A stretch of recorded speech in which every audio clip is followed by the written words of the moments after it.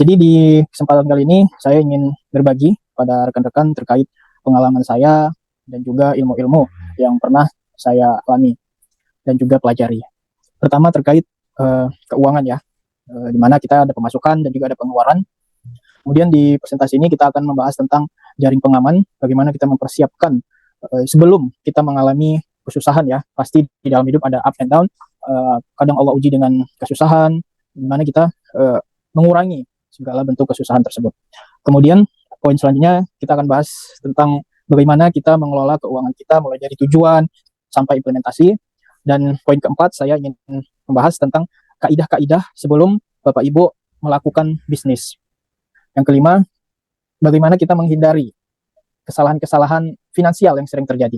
Dan kemudian penutup tentang bagaimana kita merefleksikan hari esok yang lebih baik dengan negeri akhirat.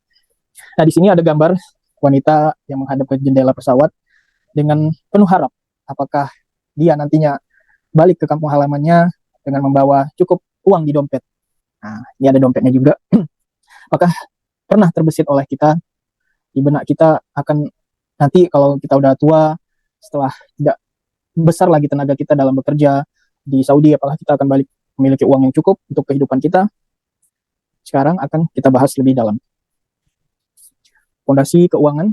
Nah, di sini saya ingin membagi kepada teman-teman dalam kita membagi pemasukan kita. Ada harian, bulanan, musiman atau tahunan ya. Nah, mungkin kalau harian kita bisa cari job atau bahkan jualan sampingan yang nilainya mungkin 30 sampai dengan 100 SAR untuk kebutuhan kita sehari-hari. Untuk yang bulanan mungkin kita sudah ada gaji, terutama yang udah ada pekerjaan tetap ya di Saudi, mungkin 1.900 sampai dengan ya yang udah high level, pekerja-pekerja profesional di 35.000 Saudi Rial mungkin ada. Dan juga yang musiman. Nah, kita bisa ikut tenaga musiman, haji, tugas gitu ya, atau bonus dari perusahaan. Nah, dengan 3 pemasukan ini, kita dapat mengelola keuangan kita harian untuk kehidupan sehari-hari. Mungkin bulanan untuk bisa kita tabung, untuk bisa membayar uang sewa dan lain sebagainya. Sedangkan yang tahunan, yang musiman bisa kita investasikan.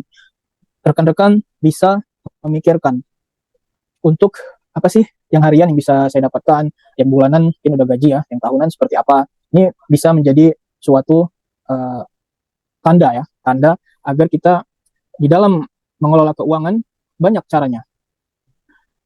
Salah satunya ide-idenya ialah dengan membuat website dengan isi konten sesuai skill yang kita miliki.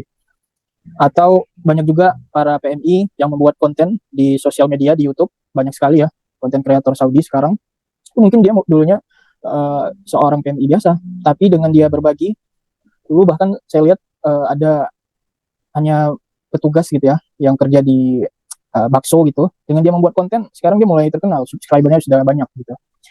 Yang naksi sepulang kerja atau bisa punya kenalan travel, bisa badal haji atau mutawif, handling, bahkan juga sebagai terapis. Ini banyak ya terapis ini, terutama di Travelillah itu selalu datang orderan terkait jamaah umroh yang mau pijat, itu banyak. Nah, tentu yang gajinya 35 ribuan yang gak usah mikirin yang kecil-kecil ini ya. Ini hanya sekedar ide. Dan terutama yang digital, ini akan kita bahas ya selanjutnya. Mengatur pengeluaran 2 dapur. Nah, di sini kita sebagai PMI, sebagai ekspat, harus cerdik bagaimana membagi keuangan. Kita perlu bayar rental housing, transportasi kita, biaya hidup. Nah, di Indonesia juga seperti itu. Kita ada kebutuhan family, kemudian bayar sewa rumah mungkin, atau mau beli rumah, sekolah anak, macam-macam. Nah, bagaimana kita mengaturnya? Pertama, kita harus mencatat pengeluaran-pengeluaran kita selama sebulan lah, dalam sehari, sampai nanti di akhir bulan bisa kita analisis, bisa kita baca apa yang banyak, yang sering kita jajan, apakah kopi, sering nonton, sering nongkrong mungkin. Nah, hal-hal itu perlu untuk bulan depannya bisa kita kurangi hal-hal yang tidak perlu. Nah, pencatatan ini kadang kita males. Nah, mungkin bagi yang punya pasangan bisa minta bantuan ke istrinya mencatat. Ada banyak aplikasi yang bisa membantu mencatat keuangan harian. Kemudian kita biasanya ya di Saudi itu karena bosan dengan kerjaan, sering nongkrong dengan teman-teman ya di kafe-kafe, di tempat-tempat asir ya, jus dan lain sebagainya. Nah, ini mungkin kita bisa nongkrong-nongkrong di sakan kita, di kamar ya, dengan berbagi cerita, berbagi pengalaman. Terkadang terbesit ide-ide baru. Ini perlu juga kita nongkrong, tapi jangan tiap hari juga. Kemudian kita bisa menghemat pengeluaran dengan membeli sesuatu yang bisa menurunkan pengeluaran kita. Seperti kalau kita suka ngopi ya kita beli grinder kopi kan, kita grinder sendiri daripada kita keluar lebih banyak.